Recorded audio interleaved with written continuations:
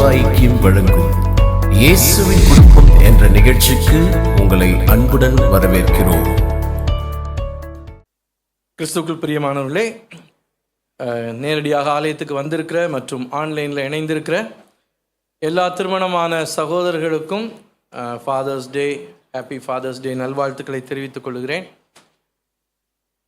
மீண்டும் இந்த ஆண்டும் இந்த ஒரு சிறப்பு நாளிலே இந்த சிறப்பு ஆராதனை ஆண்டவர் நம்ம கொடுத்திருக்கிறார். அதற்காக ஆண்டவருக்கு நன்றி செலுத்துகிறேன். உண்மையிலே ஒரு குடும்பத்தில் ஒரு தகப்பனுடைய பங்கு மிகப்பெரியது. அப்போ ஒரு தகப்பன் இல்லாத குடும்பம், அல்லது சில நேரம் ஃபிசிக்கலாக தே மே பி ப்ரெசன்ட், ஒரு தகப்பன் இருப்பார், ஆனால் அந்த தகப்பனால் எந்த விதமான ஆக்கப்பூர்வமான ஆசீர்வாதமும் இல்லை. குடிக்க அடிமையாக இருந்தோ இல்லை வேறு ஏதாவது தவறான உறவில் இருந்தோ ஒன்றுக்கும் பிரயோஜனம் இல்லாத அப்படிப்பட்ட தகப்பன்மார் இந்த உலகத்தில் உண்டு.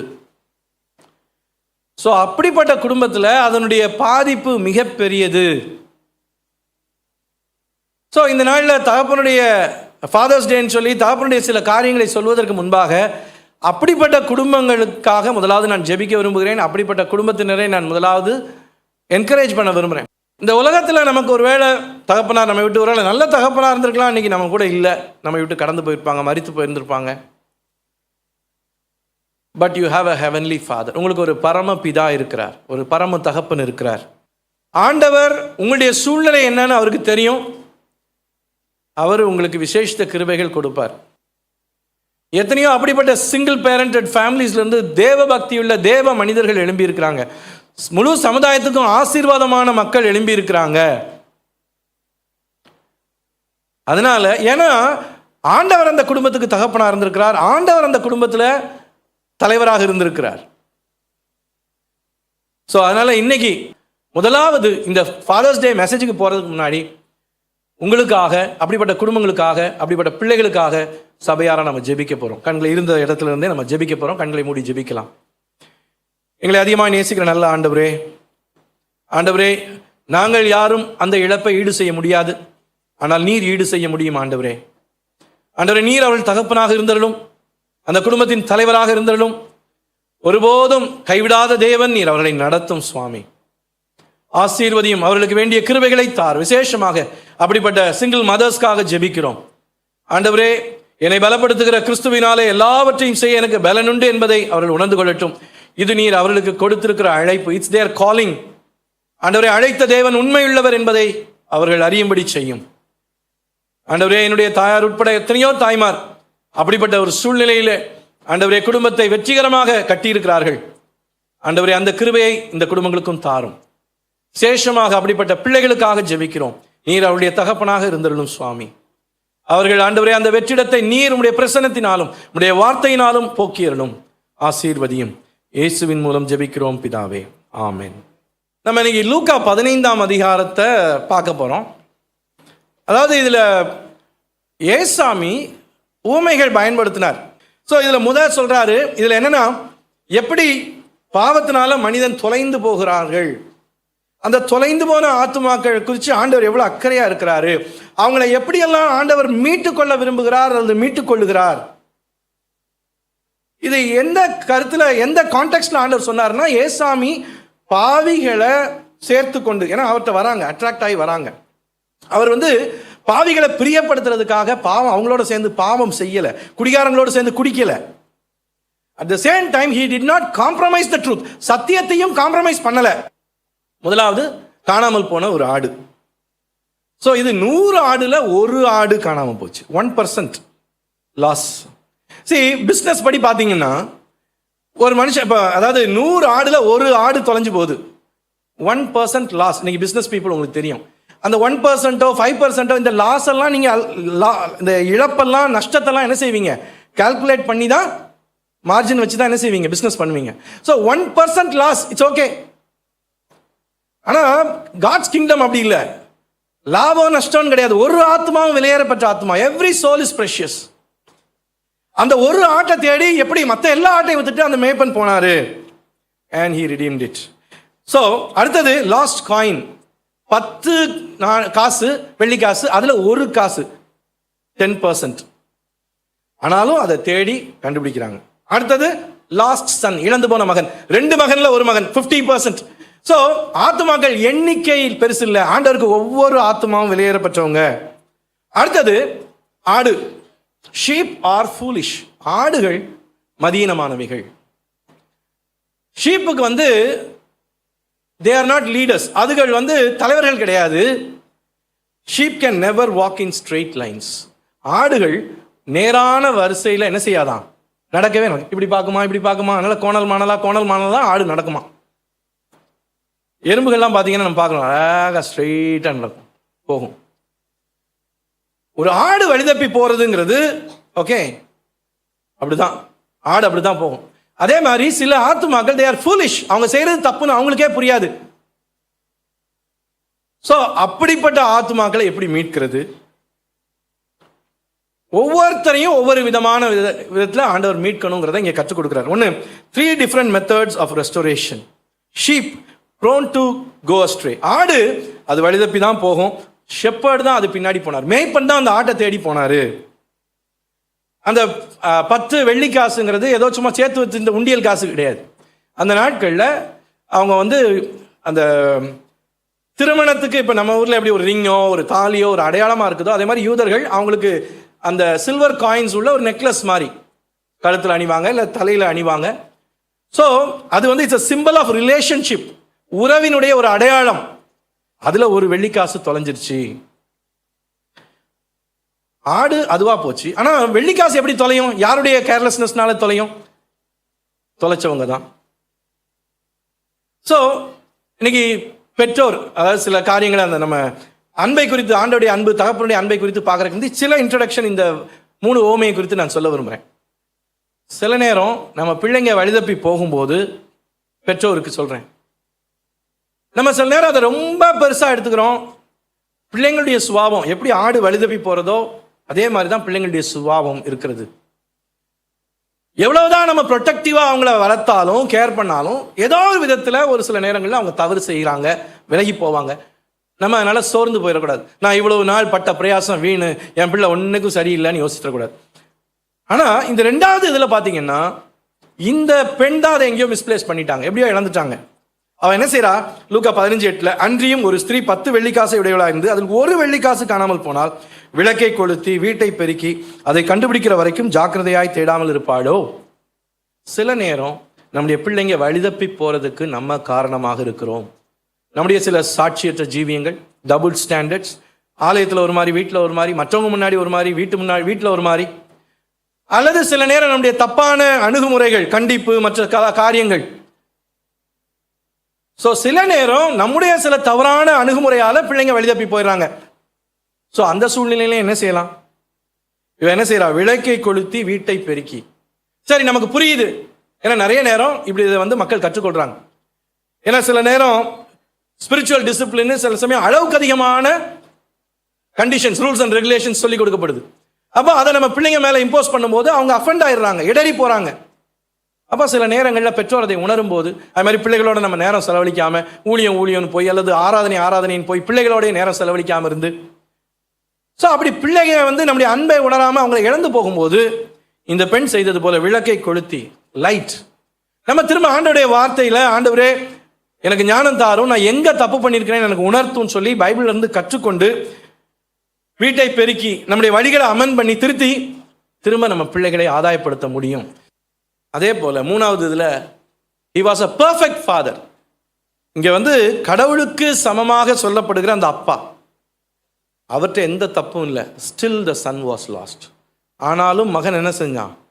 வழி விலகி போனான். சில நேரம் நம்ம எவ்வளவுதான் பெஸ்ட் பேரண்ட்ஸாக இருந்தாலும் பிள்ளைங்க வழிதப்பி போவார்கள். ஏன்னா they have a free will. அவங்களுக்குன்னு சுய சித்தம் இருக்குது. they have to make their own choice. அதனால சில நேரம் பிள்ளைங்க செய்கிற எல்லா காரியத்துக்கும் பெற்றோர் தான் காரணம்னு சொல்லி நம்ம என்ன செய்ய தேவையில்லை? கில்ட்டில், குற்ற உணர்வில் கஷ்டப்பட தேவையில்லை. ஸோ அவனா வேண்டான்னு சொல்லி துணிகரமாக விலகி போன போது மேய்ப்பன் போனது போல அப்பா பின்னாடி, பையன் பின்னாடி போல, அந்த பெண் தேடினது போல அப்பா தேடலை. பிள்ளைகளுக்கு ஒரு சில எச்சரிப்புகள். இளையவன் என்ன செய்யறான்? அப்பாட்ட எனக்கு உங்க ஆஸ்தி வேணும் அப்படின்னா என்ன, யூ பெட்டர் டை, நீ செத்துப்போ, எனக்கு உன் ஆஸ்தி தான் வேணும் அப்படின்னு சொல்லி வாங்கிட்டு போய் இஷ்டப்படி செலவழிக்கிறான். ஆனா என்ன ஆச்சு? அவன் அப்படி போனான்.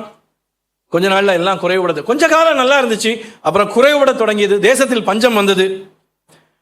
அவன் ஒரு விவசாயிட்ட போய் ஒட்டி கொண்டான். அவனை பன்றி மேய்க்கும்படி அனுப்புறான். பன்றி தின்கிற தவிட்டினால் தன்னை திருப்திப்படுத்தணும்னு நினைக்கிறான். அதை கூட அவனுக்கு யாரும் கொடுக்கல. அன்பார்களே, உண்மையிலே நம்மை நேசித்து நம்மை வழிநடத்துகிற பெற்றோரை, நம்மை உருவாக்குகிற பெற்றோரை நம்மை கனப்படுத்தாம போகும்போது, நம்ம வாழ்க்கையில நம்முடைய சிற்றின்பத்துக்காக சுயநலமா வாழும்போது, a day will come, ஒரு நாள் வரும், nobody will give us what we want. நமக்கு தேவையானதை யாரும் தரமாட்டாங்க. What we sow we will reap one day. அதனால இன்னைக்கு அநேக பிள்ளைங்க பெற்றோரை கனம் பண்றது இல்லை, மதிக்கிறது இல்லை. வாலிப வயதுல குறிப்பாக. உங்களுக்கு என்ன தெரியும்? உங்களுக்கு ஒன்றும் தெரியாது. உங்க வாயை மூடுங்க, உங்க வேலையை பாருங்க, எங்களுக்கு தெரியும்.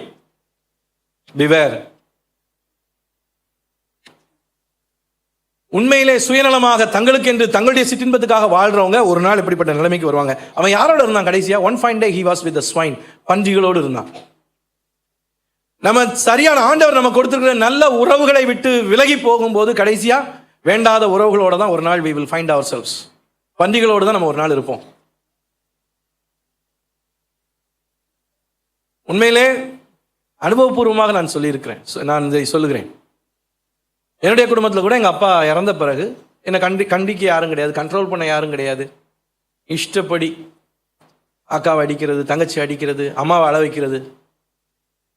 ஆனால் உண்மையிலே ஆண்டவர் அப்புறம் நல்ல போலீஸில் மாட்டி கொடுத்தாரு.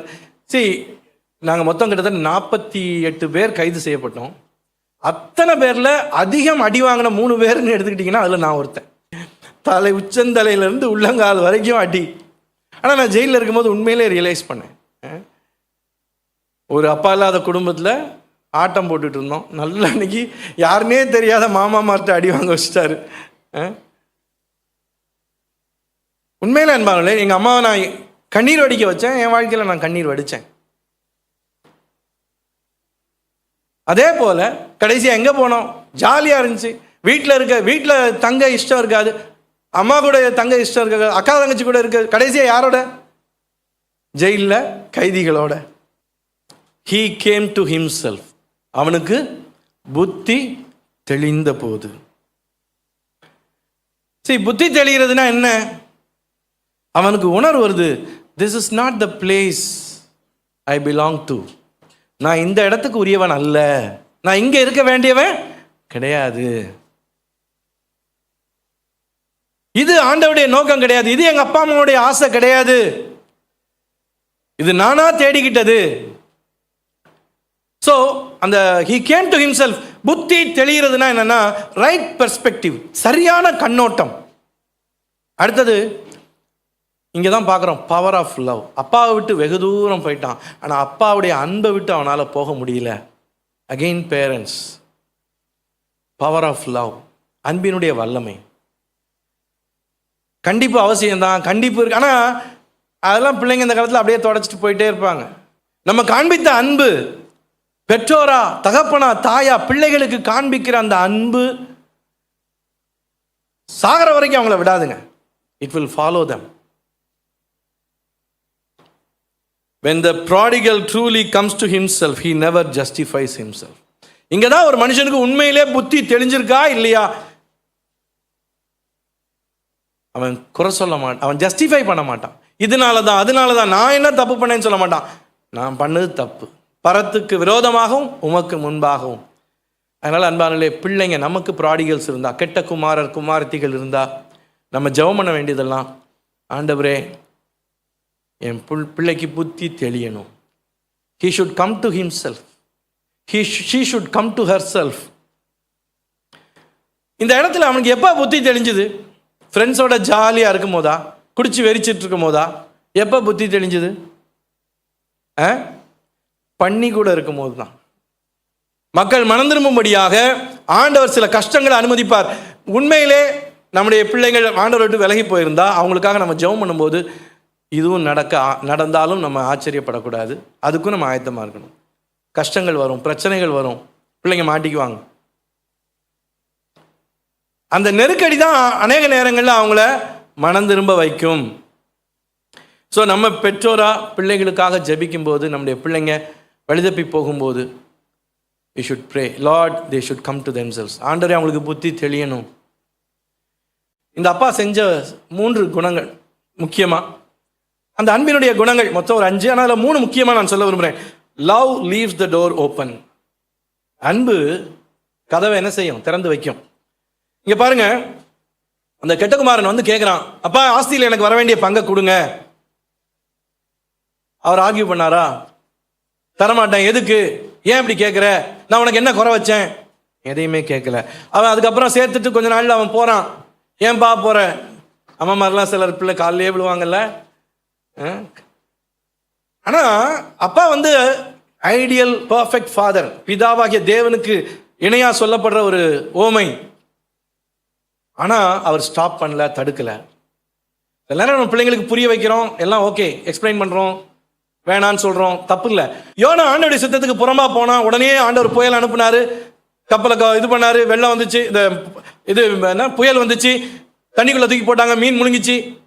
அதே மாதிரி நம்ம எப்போ தப்பு பண்ணாலும் ஆண்டவர் குறுக்க வந்து தடுத்துருவாரு? நெவர். எத்தனையோ நேரம் ஆண்டவர் குட் பை சொல்லி அனுப்பி வைக்கிறார்.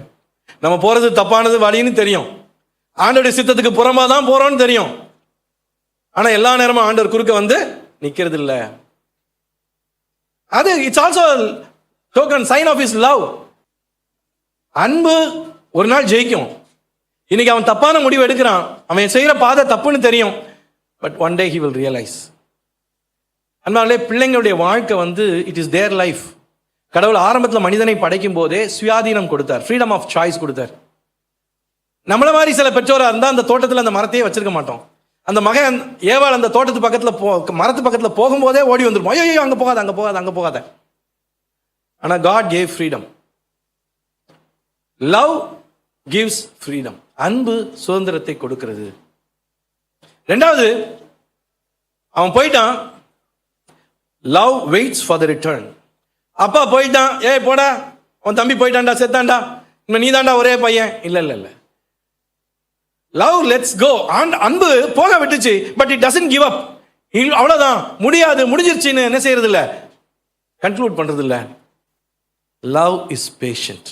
அன்பு பொறுமை உள்ளது. லூக்கா 15:20, எழுந்து புறப்பட்டு தன் தகப்பனிடத்தில் வந்தான்.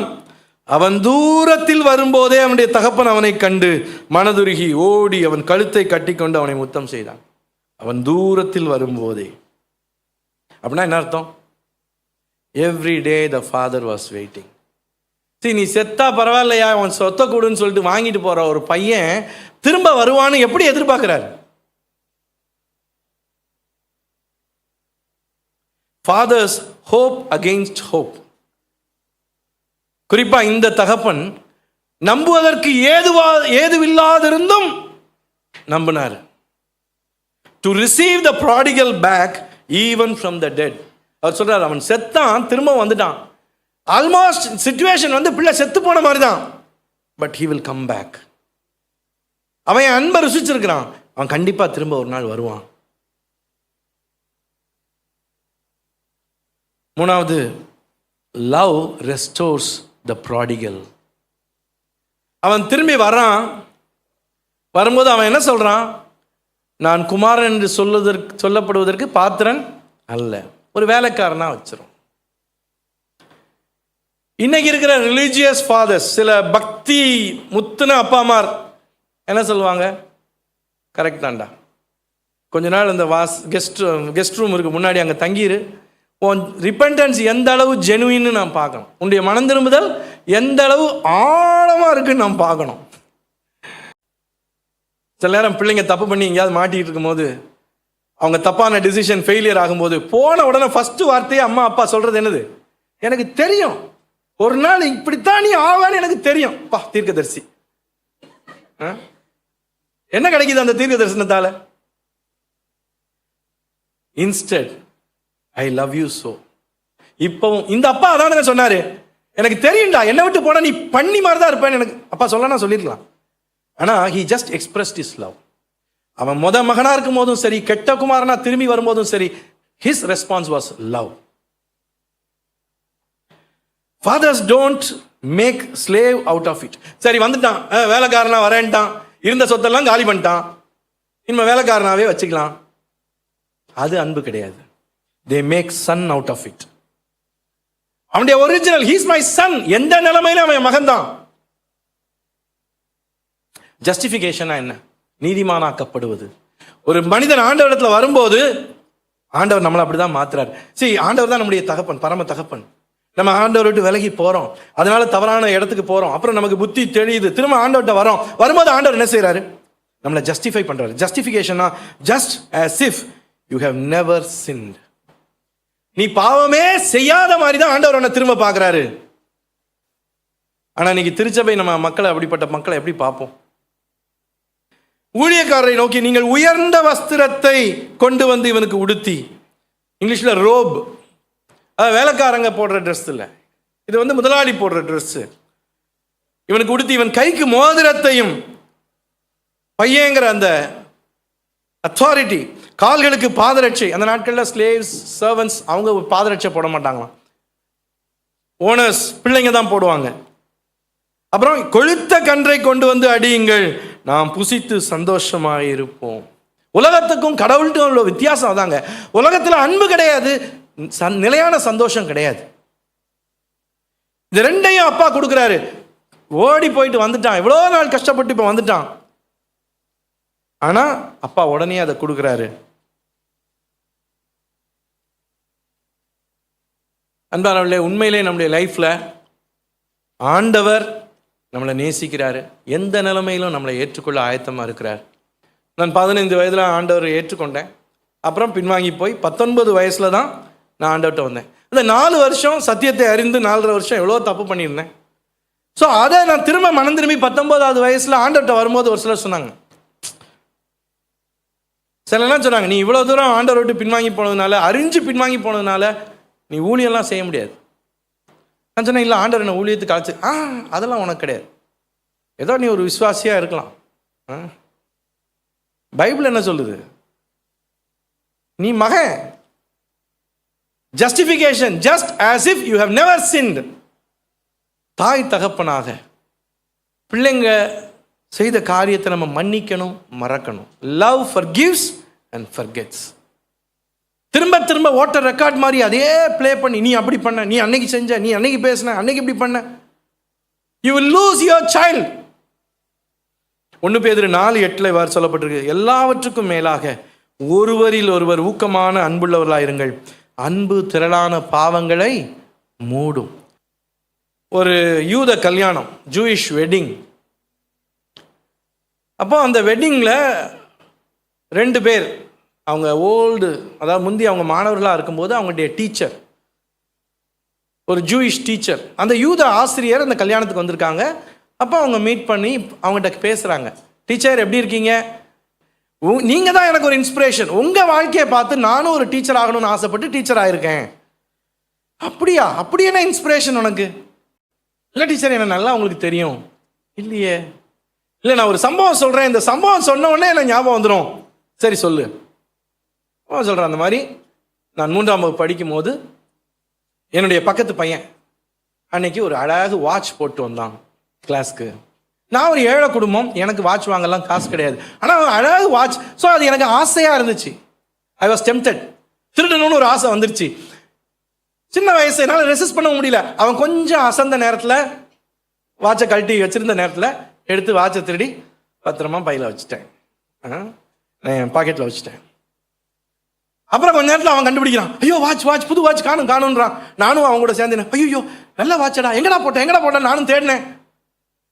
அவன் இங்க அங்க தேடி பார்த்துட்டு கிடைக்கலன்னு என்ன பண்ணிட்டான், வந்து உங்கள்கிட்ட சொன்னான், டீச்சர் என் வாட்சை காணும். நான் பயந்து திருட்டு முழிச்சிட்டு இருந்தேன், ஐயோ டீச்சர் என்ன செய்ய போறாங்கன்னு. நீங்க உடனே போய் என்ன பண்ணிட்டீங்க, டோரை மூடிட்டீங்க, கிளாஸ் டோரை லாக் பண்ணிட்டீங்க. தொலைஞ்சுதுடா, மாட்டணும்னு நினைச்சேன். நீங்க என்ன பண்ணீங்க, எல்லாரையும் கிளாஸ்ல இந்த மாதிரி பெஞ்சுக்கு நடுவில் சென்டர்ல எல்லாம் லைன்ல வந்து நில்லுங்கன்னு சொன்னீங்க. நாங்க நின்னோம். நீங்க ஒவ்வொருத்தரா செக் பண்ண ஆரம்பிச்சீங்க. கை கால்லாம் எனக்கு நடுக்கும். ஆனா என்ன பண்ணியாது, சரி ஏமாத்தியாச்சு, என்ன ஆனாலும் ஆகட்டும். ஒவ்வொருத்தரையா செக் பண்ணிட்டே வரீங்க. கரெக்டா என்ன செக் பண்ணும்போது என் பாக்கெட்ல இருந்து என்ன பண்ணிட்டீங்க, வாட்ச் எடுத்துட்டீங்க. அங்கே பலார்னு ஒரு அரை உழுவுன்னு நினைச்சேன், நீங்க என்ன அடிக்கவே இல்லை. எனக்கு ஒரே ஆச்சரியம், என்ன செக் பண்ண மாதிரியே எனக்கு பின்னாடியும் ஒவ்வொருத்தரையா செக் பண்ணிட்டே போனீங்க. எல்லாரையும் செக் பண்ணி முடிச்சுட்டு நீங்கள் முன்னாடி போயிட்டு ஸ்டூடெண்ட்ஸ், ஏன்னா அவங்க எல்லா ஸ்டூடெண்ட்ஸையும் அப்போ நிற்கும் போது கண்ணை மூட சொல்லிட்டாங்க. நோபடி ஷுட் ஓப்பன் யுவர் ஐஸ்ன்ட்டாங்க. ஏன்னா யார்கிட்ட இருந்து வாட்ச் எடுக்கிறான்னு பிள்ளைங்களுக்கு தெரியக்கூடாது. ஸோ எல்லா ஸ்டூடெண்ட்டும் கண்ணை மூடிட்டு இருக்காங்க. இவங்க ஒவ்வொருத்தரையாக செக் பண்ணி இந்த பையன் பாக்கெட்லேருந்து எடுத்துட்டாங்க. திரும்ப மற்றவங்களையும் செக் பண்ணிட்டு முன்னாடி வந்து சொல்கிறாங்க, now you can open your eyes. இப்போ எல்லாம் கண்ணை தரங்க. எல்லா ஸ்டூடெண்ட்ஸும் கண்ணை திறக்கிறாங்க. அந்த பையனை, இந்தா வாட்சை வாங்கிட்டு போ. அந்த பையன் வந்து வாட்சை வாங்கிட்டான். அத்தனை பேருக்கும் கியூரியாசிட்டி, யாரு பாக்கெட்டில் இந்த வாட்ச் இருந்துச்சு. டீச்சர், அப்போ கூட நான் யோசித்தேன், நீங்கள் கிளாஸ் முடியும் போதாவது என்னை கூப்பிட்டு அடிப்பீங்கன்னு நினச்சேன். அன்னைக்கு ஃபுல்லாக அடிக்கலை. அடுத்த நாள் அடிப்பீங்கன்னு நினச்சேன். அடுத்த நாள் அடிக்கலை. ஒரு நாள் என்ன அடிக்கலை. அந்த வருஷம் ஃபுல்லாக நீங்கள் அடிக்கலை. ஐயோ, நான் பண்ண தப்பு தெரிஞ்சும் நீங்கள் எவ்வளோ தூரம் என்னை அடிக்காமல் விட்டீங்க. அந்த இன்ஸ்பிரேஷன் தான் நானும் ஒரு டீச்சராக மாறணும்னு மாறினேன். அது இன்னொன்று, நீங்கள் அப்படி பண்ணது என் வாழ்க்கையே மாறிச்சு. அதுக்கப்புறம் நான் திருடவே இல்லை. இப்போ தெரியுதா டீச்சர் என் மூஞ்சி அப்படின்னாங்க. அவங்க சொன்னாங்க, இப்போவும் மூஞ்சி எனக்கு தெரியல. ஏன்? அன்னைக்கு உங்கள் எல்லாரையும் கண்ணை மூட சொல்லும்போது நானும் என் கண்ணை மூடிட்டேன். நான் யார்கிட்ட இருந்து இந்த வாட்சை எடுக்கிறேன்னு நான் பார்க்கவே விரும்பலை. ஏன்னா பார்த்துருந்தேன்னா அப்புறம் பார்க்கும்போதெல்லாம் உன்னை நான் யாராக தான் பார்த்துருப்பேன், திருடனாக தான் பார்த்துருப்பேன். அப்போ அவன் சொன்னான், ஐயோ, நான் நினைச்சதை விட நீங்கள் பயங்கரமான ஆளு டீச்சர். சில நேரம் ஆண்டவர் நம்மளை மன்னிச்சாலும் நம்மை மன்னிக்க முடியல. பிசாசு உன்னை குற்றப்படுத்தவும் அனுமதிக்க கூடாது. பிசாசினுடைய பிள்ளைகள் உன்னை குற்றப்படுத்தவும் அனுமதிக்க கூடாது. Love never regrets. நாலாவது, அன்பு ஒரு நாளும் வருத்தப்படாது. Love is a choice. அப்பா இவனை மன்னிக்கணும்னு டிசைட் பண்ணிட்டாரு, மன்னிச்சிட்டாருங்க. மூத்த மகன் வந்து சொல்றான், அவன் அப்படி பண்ணான் இப்படி பண்ணான், வேசிகளோட பணத்தெல்லாம் வீணாக்கினான், அவனை எப்படி நீங்க சேர்த்துக்கிட்டீங்க? அப்பா, ஐயோ தெரியாம பண்ணிட்டேன்டா, சரி வெளியே போடா. Love is a choice. யார் எழுத்து நின்னாலும் மன்னிப்பு தான். If God is for us, who can be against us? தேவன் நம் பட்சத்தில் இருந்தால் நமக்கு விரோதமாக இருப்போம் யார்? ஆண்டவர் நம்மளை நீதிமானாக்கி இருக்கும் போது நம்மளை குற்றப்படுத்துறது யாரு? You have a heavenly father. உனக்கு ஒரு பரமபிதா இருக்கிறார், அவர் போதும். He is a perfect father. பரிபூரண தகப்பன் அவர். உன்னுடைய இயக்கங்களை அவர் அறிவார். உன்னை விட்டு ஒரு நாளும் விலக மாட்டார். நான் 19வது வயசுல ஆண்டவருக்குள்ள வந்தபோது ஆண்டவர் என்னோட பேசினார், நான் உனக்கு பிதாவா இருப்பேன், நீ எனக்கு குமாரனா இருப்பாய். எனக்கு பெரிய சந்தோஷம் என்ன தெரியுமா? இந்த அப்பா ஒரு நாளும் சாக போறது இல்லை. என் earthly father one day he left me and gone. என்னை விட்டுட்டு போயிட்டாரு. ஆனால் இந்த பரமபிதா என்னோட எப்பவும் இருப்பார், சாகர வரைக்கும் இந்த உலகத்தில். அப்புறம் இட்டர்னிட்டியில் he is going to be with me forever and ever. ஜெபம் செய்வோம்.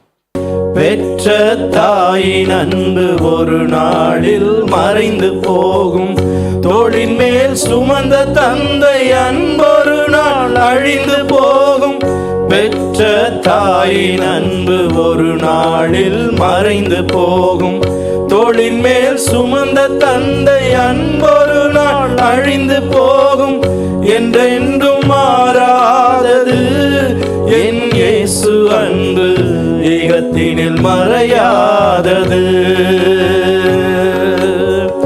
என்றென்றும் மாறாதது என் இயேசு அன்பு, ஈகத்தினில் மறையாதது. இந்த உலகத்தில் மாறாதது. அன்பில்லா உலகத்திலே அன்பு காட்ட ஒருவருண்டு, மனைவியின் அன்பொரு நாள் சிரித்துக் கொண்டே மறைந்து விடும். கணவனின் அன்பொரு நாள் உன்னை விட்டே பிரிந்து விடும். மனைவியின் அன்பொரு நாள் சிரித்துக் கொண்டே மறைந்து விடும். கணவனின் அன்பொரு நாள் உன்னை விட்டே பிரிந்து விடும். என்றென்றும் மாறாதது என் இயேசு அன்பு, ஈகத்தினில் மறையாதது. என்றென்றும் மாறாதது என் இயேசு அன்பு, ஈகத்தினில் மறையாதது. இந்த உலகத்தில் மாறாதது.